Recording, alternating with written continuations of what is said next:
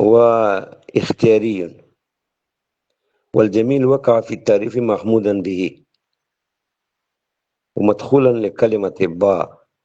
وأيضا الجميل ما وقع في اللسان، حيث قال هو الوصف بالجميل، أي بيان جمال المحمود باللسان،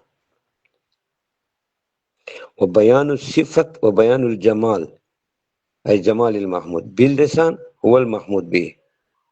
فالمراد ها هنا أن الجميل الذي وقع محمودا به هو اختياري كما قال، فإنه صفة للفعل، يعني وهذا هو الاستدلال على أن الجميل عن المحمود به اختياري، واستدل عليه بقوله لأنه صفة للفعل والفعل لا يكون إلا بالاختيار،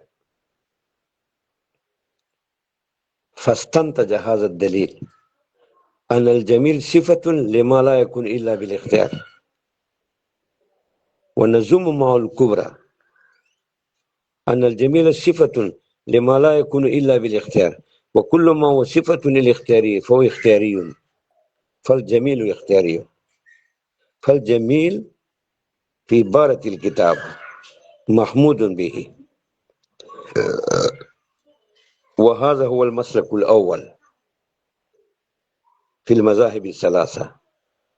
يعني إن المذهب الأول أن الجمال أي جمال المحمود الذي هو محمود به واقع في اللسان اختياري، هذا هو المذهب الأول كما قال أنه صفة للفعل والفعل لا يكون إلا بالاختيار، فالجميل صفة لما لا يكون إلا بالاختيار، وكل ما هو صفة الاختياري فهو اختياري، فالجميل اختياري. أما المحمود على هذا المذهب فإما مسكوت عنه، أي سكت القائل أن المحمود عليه هل هو اختياري أو غير اختياري، وإما أن المحمود عليه أيضا اختياري بناء على أن المحمود به والمحمود عليه متحدان بذات، كما قلنا سابقا في الدرس أن الفرق بين المحمود به والمحمود عليه أن الجمال إذا أسند إلى المحمود باللسان فبهذه الحيثية محمود به، ومن حيث أن الجمال صفة في الواقع للمحمود محمود عليه، فالمحمود به والمحمود عليه متحدان بذات ومتغيران بالاعتبار، إذ الجمال واحد، إلا أنه إذا ذكر باللسان هو محمود به، ومن حيث أنه موجود في المحمود في الواقع محمود عليه، فهما متحدان بذات ومتغيران بالاعتبار، فاختيارية أحدهما اختيارية الآخر، فكما أن المحمود به اختياري كذلك المحمود عليه أيضا اختياري.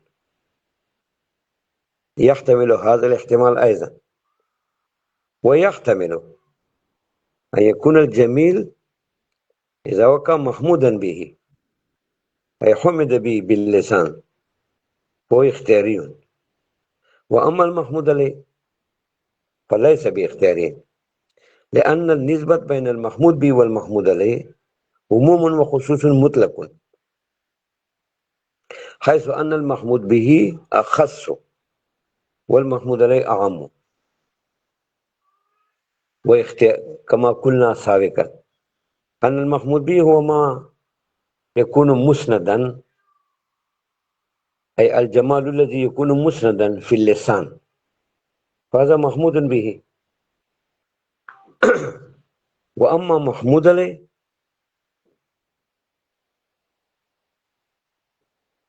فهو ما يكون باعثا على الحمد،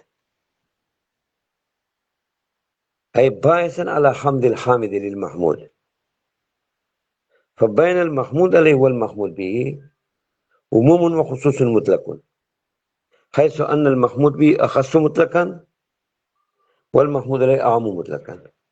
فكل ما يكون مسندا في اللسان، أي كل جمال يكون منسوبا إلى المحمود في اللسان محمود به، فهو محمود عليه أيضا لاتصافه في الواقع، لأنه باعث على الحمد، يعني أن الجمال باعث على الحمد.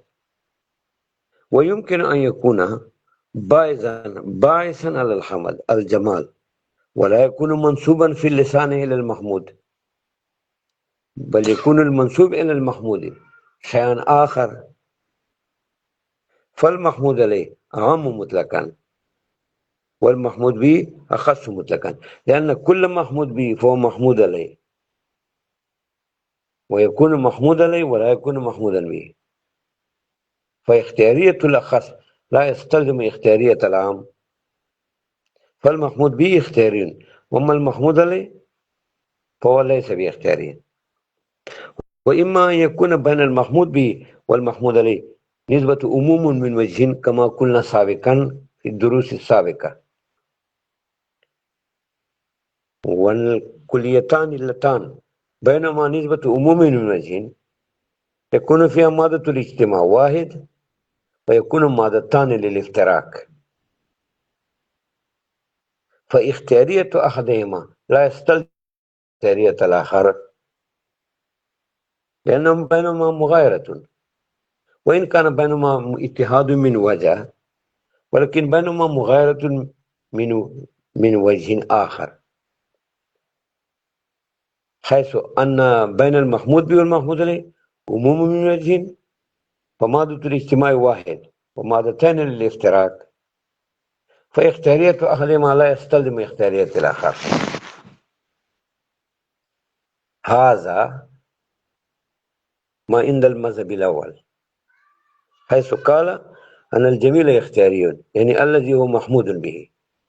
أما المحمود عليه فإما مسكوت عنه، أو كما أن المحمود به اختياري كذلك محمود عليه اختياري، لأنهما متحدان بذات ومتغيران بالاعتبار.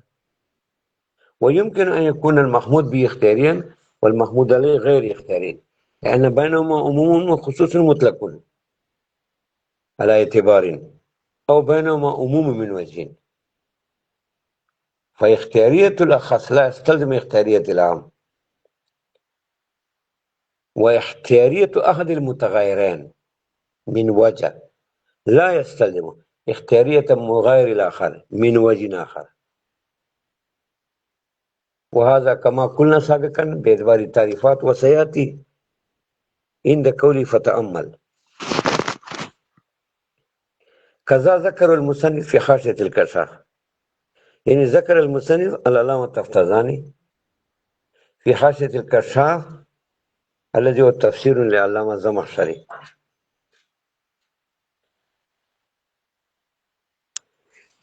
حيث قال أن الحمد هو الثناء على الجميل الاختياري، فقد قيد الجمال بالاختياري، وهذا تأييد لما قلنا أن الجميل اختياري. ولكن يرد عليه أن الجمال في حاشية الكشاف محمود عليه، وإنك ادعيت أن المحمود به اختياري، وهناك في حاشية الكشاف ليس الجمال محمودا به بل محمود عليه، لأنه مدخول كلمة على، والمحمود به يكون مدخولا لكلمة الباء. إلا إننا نقول أن المقام إقناعي، أي المقام خطابي، يعني أن المدعى ظني، فيكفي فيه هذا القدر، يعني إن الجمال اختياري، وإن كان ها هنا محمودا به ووقع في حاشية الكشاف محمود عليه، لكن لمقام وللمدعى الظني يكفي هذا الإطلاق أيضا باعتبار الشركة في الجمال بس فقط، وإن كان الجمال ها هنا محمود به وفي حاشية الكشاف محمود عليه. إلا أن وإلا أنهما مشتركان في الجمال فصح التأييد، حيث نقول إن هنا أن الجمال الذي محمود باختيار كما وقع في حاشية الكشاف، وإن كان هناك محمود عليه إلا أنه جمال لا أنه غير جمال، فبإدبار اتحادهما في الجمال حصل التأييد. ويمكن أن يجاب أن على في حاشية الكشاف بمعنى الباء، فإنها حروف الجارة يجوز أن يكون أحد حرف الجار بمعنى حرف الجار الآخر، فعلى بمعنى الباء فصح التأييد، لأن في حاشية الكشاف أيضا الجمال محمود به، وهنا أيضا محمود به فصح التأييد. كذا ذكر المصنف في حاشية الكشاف، وكذا هنا ليس من الكنايات، بل هنا كذا محمول على التشبيه، لأن الكناية لا يمكن هنا، فإن الكناية عبارة عن ذكر اللازم وإرادة اللازم ثم الانتقال إلى الملزوم، وهنا ليس كذلك، حيث إن أردنا اللازم وإن ذكرنا اللازم وأردنا اللازم ثم انتقلنا من الملزوم، ليس هنا لازم وملزوم، فليس هنا كناية، بل كذا محمول على التشبيه.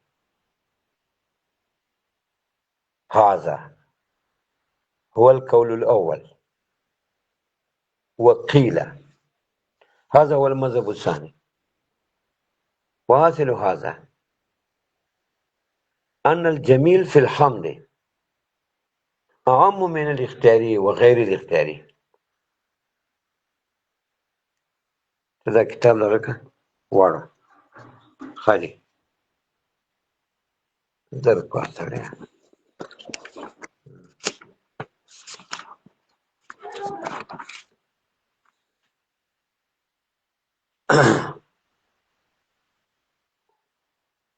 هذا ما قلنا في بيان الجمال الذي وقع محمودا به في تعريف الحمد،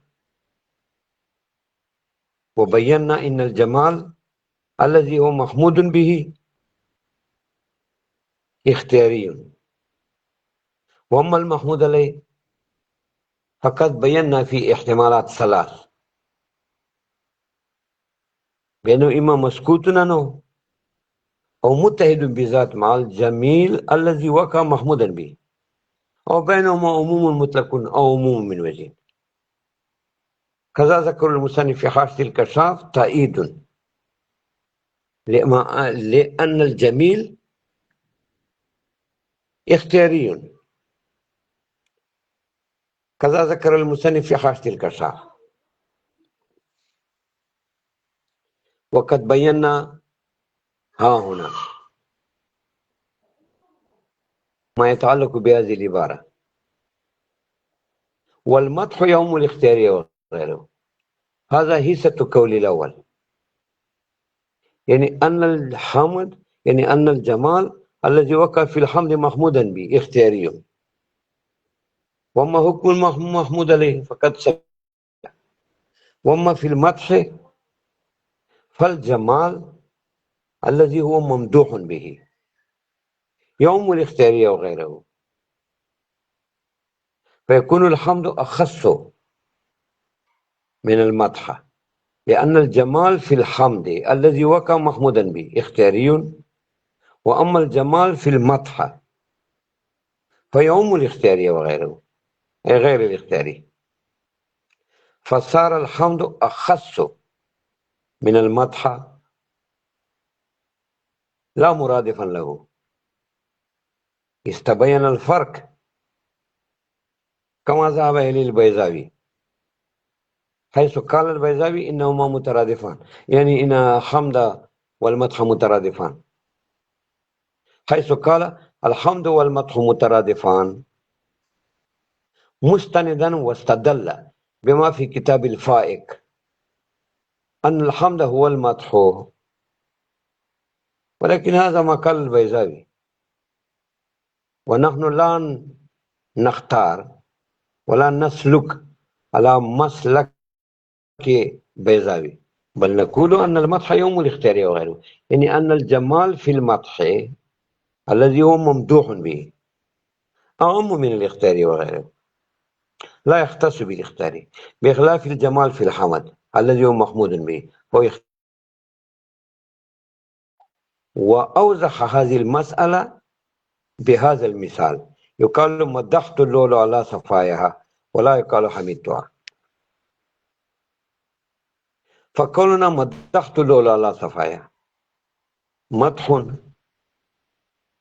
واللؤلؤ ممدوح وصفاؤها ممدوح به، أي مسند إلى الممدوح في اللسان، صفاؤها ممدوح به. فهذا صفاء أي صفاء اللؤلؤ ممدوح به، لأن اللؤلؤ ممدوح والقائل مادح، وصفاء اللؤلؤ ممدوح به أي مسند إلى اللؤلؤ في اللسان. ولا شك إن الصفاء الذي هو ممدوح به ليس في اختيارية اللؤلؤ لأنه غير ذي الروح، فلا يختار للؤلؤ في صفايا،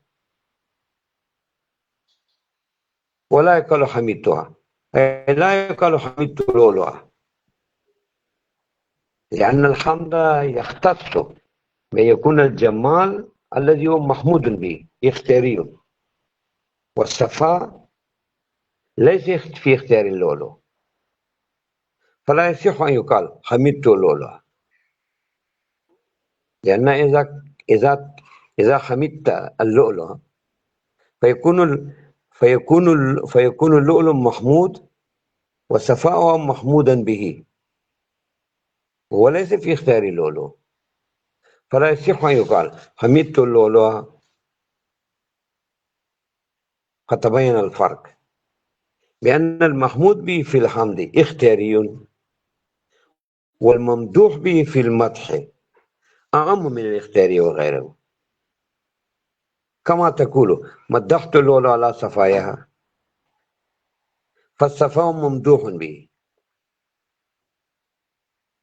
ليس في اختيار اللؤلؤ، ولا يقال حمدت أي حمدت اللؤلؤ، لأن الحمد يختص بأن يكون الجمال في اختيار المحمود وليس الصفاء في اختيار اللؤلؤ. فإن قلت هذا لا يصح هذا المثال، لأن كلامنا في الممدوح به، والصفاء في قولنا مدحت اللؤلؤ لا صفايا ليس ممدوح به بل ممدوح عليه، لأنه دخل على الصفاء كلمة على، والممدوح به يكون مدخولا لكلمة الباء. وإنك تريد من في المثال أن الممدوح به ليس اختياري، ليس في اختيار اللؤلؤ، والممدوح به أعم من الاختياري وغيره، هذا هو الدعوة. والصفاء للؤلؤ ليس في اختيار اللؤلؤ، ووقع محمودا به ممدوحا به، وليس صفاء وقع ممدوحا به في مثال المذكور، هو المدخول لكلمة على، فهي ممدوحا عليه، فلا يصح المثال لكون الممدوح به في المدح أعم من الاختيار وغيره. ليس هنا صفاء ممدوحا به بل ممدوح عليه.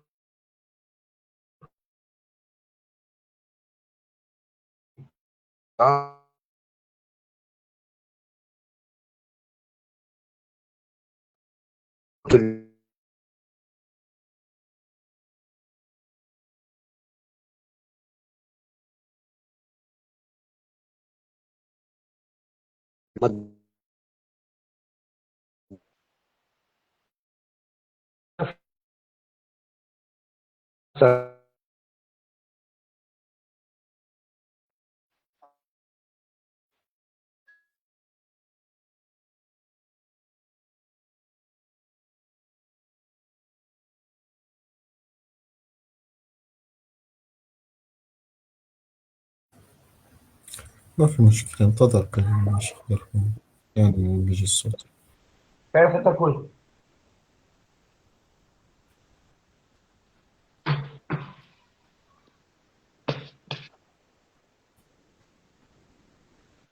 وصل.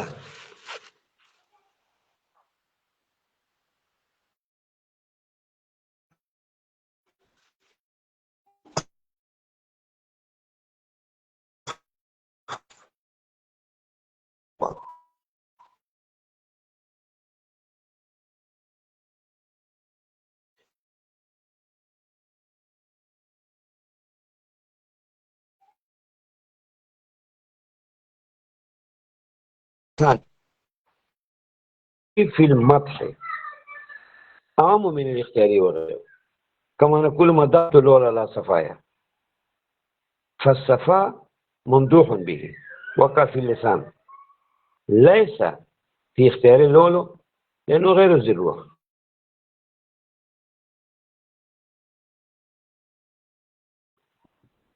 مع أن المثال لا يطابق الدعواك، لأن الدعواك إنما في الممدوح به، والصفاء وقع في مدحت الأولى على صفايا ممدوح عليه مدخولا لكلمة على.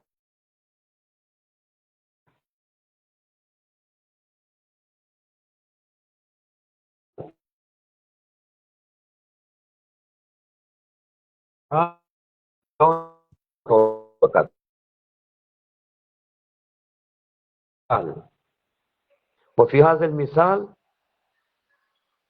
الصفاء ممدوح به، يعني منسوب إلى اللولو في اللسان. وأما قولنا على صفايا فليس ممدوح به وليس مثال، بل تتمة المثال، وتتمة الشيء تكون زائدا على الشيء، فقولنا على صفايا زائد على المثال. فإن قلت لما زدت تتمة على المثال، نقول إنما زدنا على صفايا تتمة للمثال مطابقا لما ورد على الألسنة العباد، يعني هذا موافقة لعبارة وقع على ألسنة العباد. فإن ألسنة العباد يقولون هكذا مدحت اللولو على صفايا، فهذا تتمة المثال للمثال، والمثال فقط قولنا مدحت اللولو، فلولو ممدوح به، فلولو ممدوح وصفاء ممدوح به، منسوب من المادح إلى الممدوح. أما قولنا على صفايا فزائد على المثال وتتمة للمثال مطابقا لما ورد على ألسنة العباد إجراء لموافقة ما وقع على ألسنة العباد. فإن العباد يقولون هكذا مدحت الأولى على صفايا، وليس على صفايا مثال، تتمة زائدة على المثال. هذا هو القول الأول. وقيل مخصوص بالاختيار ومثال اللؤلؤ مسنون، هذا هو القول الثاني. وقائله صاحب الكشاف وصاحب الفائق هم يقولون أن المدح أيضا مخصوص بالاختيار، حيث قالوا أن الحمد والمدح أخوان، فلما كان الحمد والمدح أخوان فالجميل الذي هو محمود به في الحمد اختياري، فكذلك الجميل الذي هو ممدوح به في المدح أيضا اختياري. فقالوا أن المدح أيضا مخصوص بالاختيار، يعني أن الممدوح به في المدح أيضا يختارون، كما أن المحمود به في الحمد يختارون، لأنهما أخوان. هذا وقال في كتاب الفائق أن الحمد هو المدح والوصف بالجميل، فقد حمل المدح على الحمد حملا شيئا متعارف، والحمل الشيء المتعارف مبناه على الاتحاد بالذات أو اتحاد بلا رزق، كما نقول الإنسان حيوان، فهذا حمل شائع متعارف، أي شائع عند العلماء متعارف في الكتب. الحمد هو المدح، فهما متحدان بذات، أو قد يكونوا متحدان بلا رزق، كما نقول الإنسان كاتب، فقد حمل الكاتب على الإنسان حملا شائعا متعارفا مبني على الاتحاد بلا رزق، أي إن الكاتب موجود بوجود الإنسان بلا رزق، أي بواسطة قيام المبدأ عن الكتابة. فإن الكتابة لما قام بالإنسان فصح حمل الكاتب على الإنسان، لأن قيام المبدأ يستلزم حمل المشتق. فقال في الفاعل الحمد هو المدح، فقد حمل المدح على الحمد، وهذا يدل على الاتحاد بينهما لأنه حمل شائع. وأيضا قال في الفاعل أن الحمد الوصف بالجميل، أن الحمد هو المدح والوصف بالجميل، يعني إن الحمد هو وصف بالجميل، كذلك المدح أيضا هو وصف بالجميل، فهما متحدان بذات.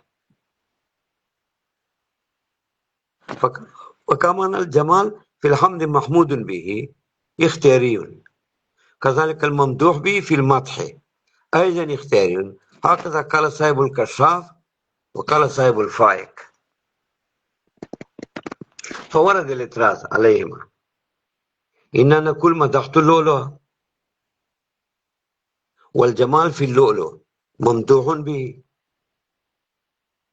ما أنه ليس اختياري، فكيف تقول أن المدح أيضا مخصوص بالاختيار؟ يعني أن الجمال في المدح الذي هو ممدوح به اختياري كالجمال في الحمد الذي هو محمود به اختياري. كيف تقول هكذا؟ ألا ترى إلى مثال اللؤلؤ، مدحت اللؤلؤ، فإن الجمال ها هنا وكان محمودا ممدوحا به وليس في اختيار اللؤلؤ. فقال ومثال اللؤلؤ مصنوع، أي هذا اختراعي لم يسمع استعماله من عرب العرباء الفصحاء، والكلام اللغوي إنما يستند إلى كلام عرب العرباء، ولم يسمع هذا المثال من عرب العرباء،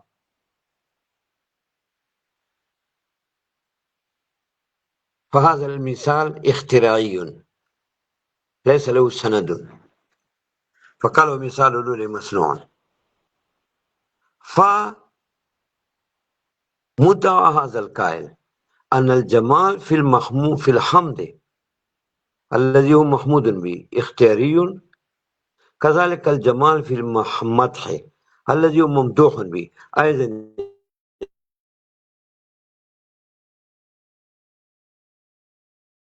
وهذا هو قول صاحب الكشاف صاحب الفائق كما قلنا. ولكن يمكن أن يقال أن كلام صاحب الكشاف ليس بدليل، وكذا كلام الفائق ليس بدليل، لأن صاحب الكشاف مدعي والفائق أيضا مدعي، وكلام المدعي أي الدليل المدعي لا يكون دليلا، يعني الدليل الذي يكون مستندا إلى المدعي فقط لا يكون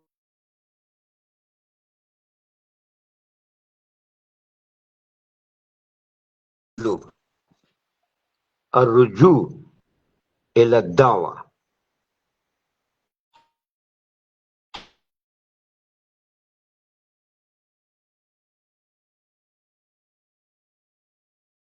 دليل أن الحمد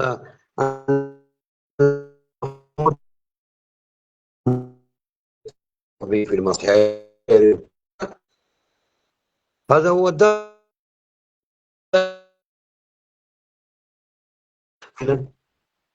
فقولهم أين الدعوة؟ فإذا كانت دليلا فقد لزم المصادرة على المطلوب، أي الرجوع عند الدليل إلى الدعوة، فلزم الدور والتالي باطل، حيث توقف الدعوة على الدعوة، وهذا هو الدور. فليس كلام صاحب الكشاف والدليل صاحب الكشاف دليلا، وكذا دليل صاحب الفائق دليلا، هذا هو دعواهم. فكيف يكون الرجوع إلى الدعوة دليلا على الدعوة؟ وليس هذا إلا إثبات الشيء بنفسه. وأيضا نقول يمكن أن يوجه كلام صاحب الزمخشري وكلام صاحب الفائق، حيث يوجه. كيف يوجه؟ بأنما قال الزمخشري بأنهما خوان، أو قال صاحب الفائق بأنهما خوان، فالمراد من الأخوة هو الأخوة في الواقع، فالمراد من الأخوة التناسل.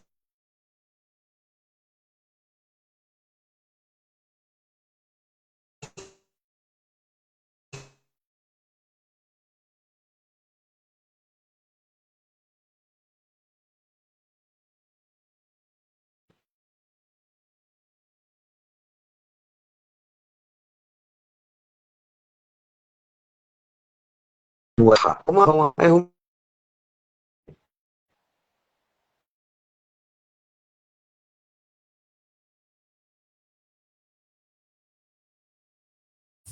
الصوت فيه مشكلة.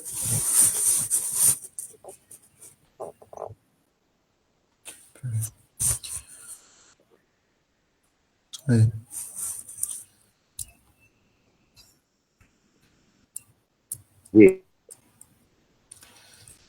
الآن تسمع؟ نعم نعم، سيدي الآن نسمعكم. إذا أحببتم شيخنا بإمكاننا أن نؤجل الدرس لأن الصوت يقطع كثيرا، ونكمل غدا إن شاء الله إذا أردتم يعني.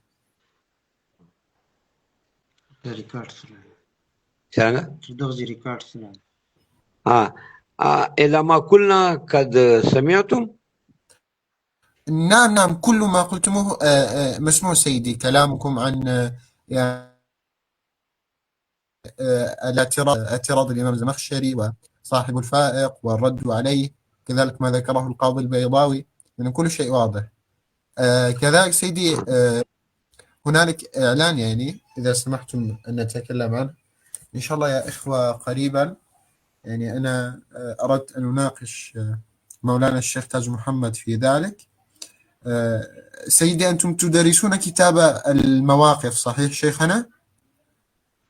إن شاء الله ندرس. نعم قريبا إن شاء الله. نريد منكم همة، لكن سنبدأ بتنسيق موعد مع مولانا الشيخ كي نبدأ بشرح الأمور العامة من كتاب المواقف كاملا.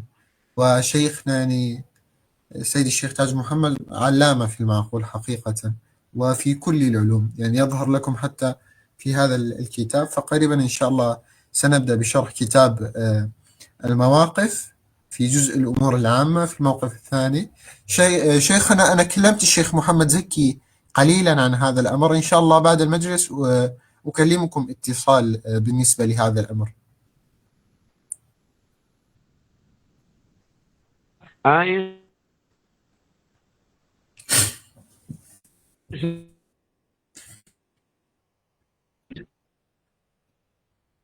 إن شاء الله إن شاء الله سيدي، وإن شاء الله يعني ترقبوا مجلس أخرى على باقي المشايخ قريبا إن شاء الله يا أفاضل. فنرجو منكم الهمة والحضور، يعني إن شاء الله كذلك التركيز على الحضور، لأن المجالس إن شاء الله ستستكمل يعني. رضي الله عنكم شيخنا وبارك بكم. يوجد سؤال يا إخوة؟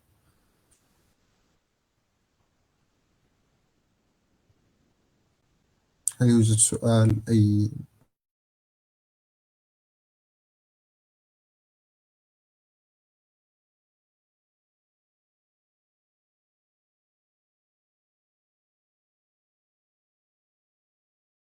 يوجد لدي سؤال فيما ذكرتم في المجلس.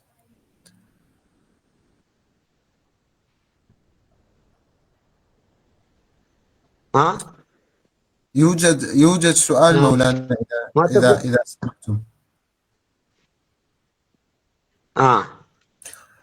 سيدي، الحمل في قولنا الإنسان كاتب، الحمل هذا الحمل الشائع، وجوده حقيقة هو ليس وجودا منفصلا، فهو واسطة في العروض، فإن الكاتبية لا تعرض على الإنسان إلا حين حصول الكتابة، يعني فهي واسطة في العروض. صحيح؟ الكتابة نعم، في قولنا واسطة. الإنسان كاتب.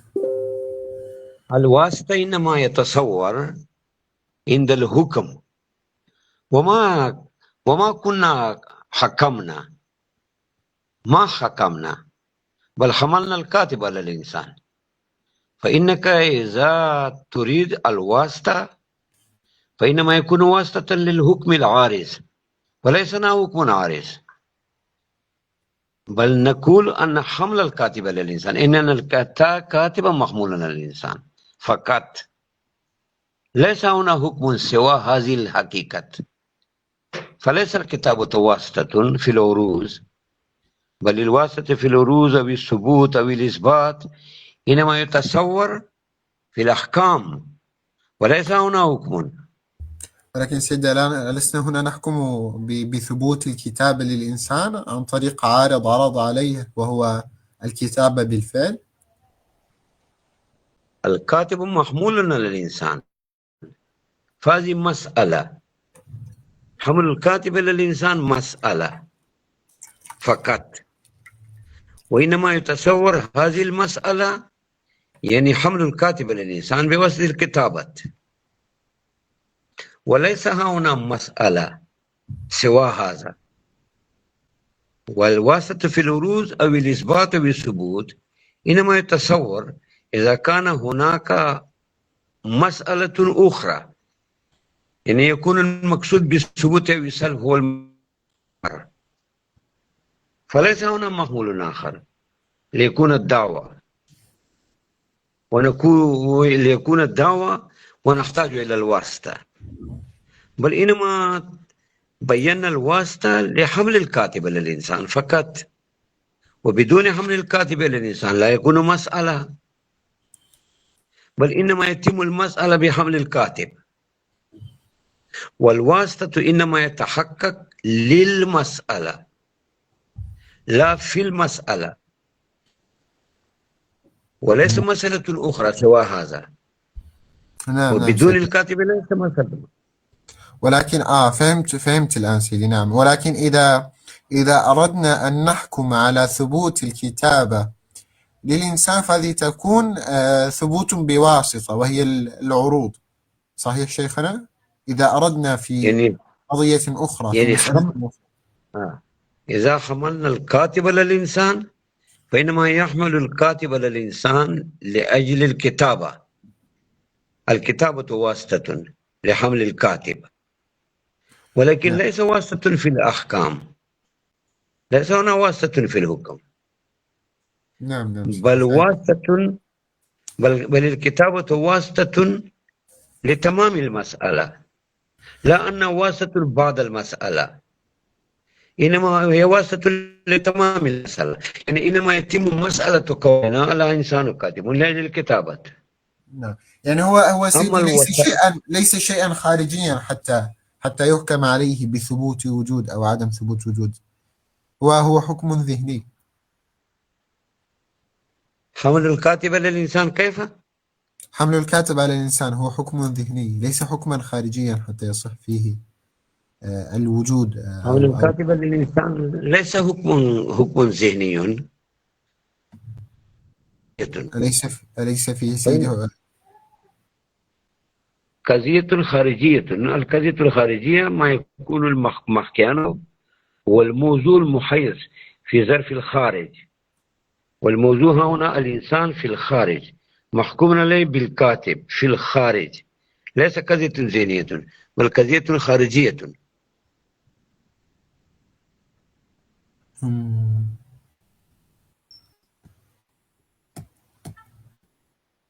كيف تقول؟ والله هو سيدي المقصد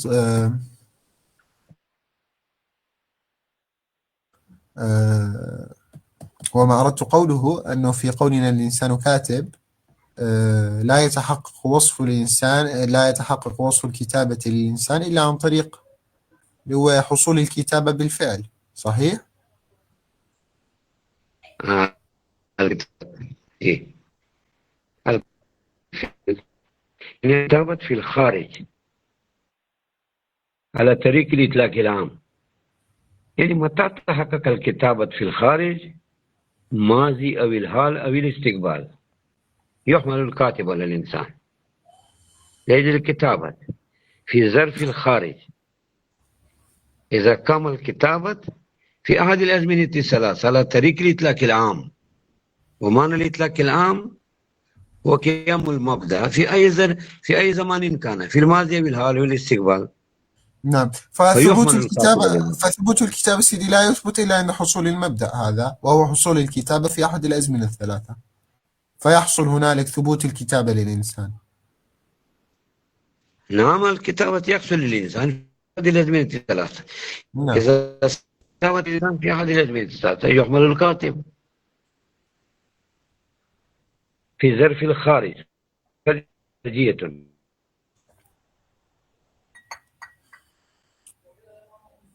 نعم سيدي، فهمتكم. أما الوسائط إنما يعتبر بعد المسألة لا في المسألة. وسائط في العروض أو الثبوت أو الإثبات أو الواسطة السفيرية أو الواسطة التي يكون معروض لكم إنما يعتبر بعد القضية لا في القضية. إذا نتم القضية والمسألة فيعتبر بعد الوسائط الإثبات وهو الدليل والتعريف. والثبوت هو واسطة في العروض. نعم، هي واسطة في عروض شيء للشيء حتى يصح ثبوته.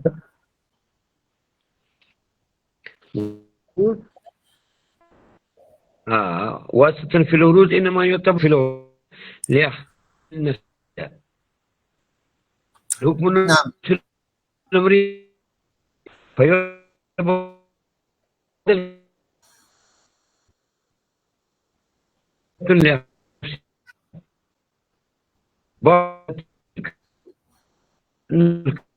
يعتبر الوسائط.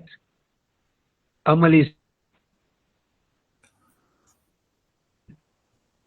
يهمنا يتم بواسطة الإثبات عن التعريف والدليل، هذا واسطة علمي. وأما الوروث والثبوت فإنما وسائط النفس الأمرية أي لأحكام النفس الأمرية. صحيح سيدي. فيتم الحكم النفس الأمري. نعم، فكما أن ثبوت السرعة للجوهر لا يتم إلا عن طريق عروض الحركة، فهنا صار واسطة في العروض، أي أن ثبوت الحركة للجوهر هي واسطة، تحتاج إلى واسطة في العروض وهو الحركة. أن ثبوت السرعة للجوهر لا يتم إلا عن طريق حصول الحركة. ومعنى الحركة واسطة في العروض أن يكون الواسطة معروض الحكم حقيقة وذو الواسطة مجازا. نعم. فيكون الحركة معروضا للسرعة حقيقة، تكون السرعة ثابتا للمتحرك مجازا. ليس هذا، بل السرعة ثابتة للحركة أيضا حقيقة وللمتحرك أيضا حقيقة، إلى أنه للحركة أولا وللمتحرك ثانيا. لكن هذا قيام عرض بعرض، أليس كذلك؟ إذا قلنا أنه ثابت للأمرين حقيقة، أليس هذا فيه قيام عرض بعرض؟ السرعة. نعم، السرعة والحركة. كل منهما عرض. نعم، فقام العرض بعرض. قيام العرض بالعرض هو قيام انزمامي، وهذا قيام انتزاعي، يعني أن العرض لا يعرض العرض بالقيام الانزمامي، بأن يكون المعروض موجودا في الخارج والعارض أيضا موجودا في الخارج. هذا هو القيام الانزمامي. فلا يقوم العرج بالعرج. أما هنا فهو انتزاعي سيدي، أنه الحركة هذه أن السرعة هذه انتزعناها عن طريق الحركة، صحيح؟ سانتزاعي. فهمت الآن سيدي. نعم، الآن حل الإشكال. رضي الله تعالى عنكم وجزاكم كل خير سيدي، الآن وضح الأمر. حتى نقول نقف. إن شاء الله سيدي نقف إلى هنا ونكمل غدا إن شاء الله إذا أردتم. سي بارك الله فيكم. رضي الله سي تعالى عنكم شيخنا. إن شاء الله، إن شاء الله سيدي، يعني أتكلم معكم إن شاء الله عبر الخاص. سي رضي الله تعالى سي عنكم إن شاء الله. في بارك وجود الله. يا مشايخ قبل أن ننهي المجلس؟ السلام عليكم. وعليكم السلام شيخنا، وعليكم السلام.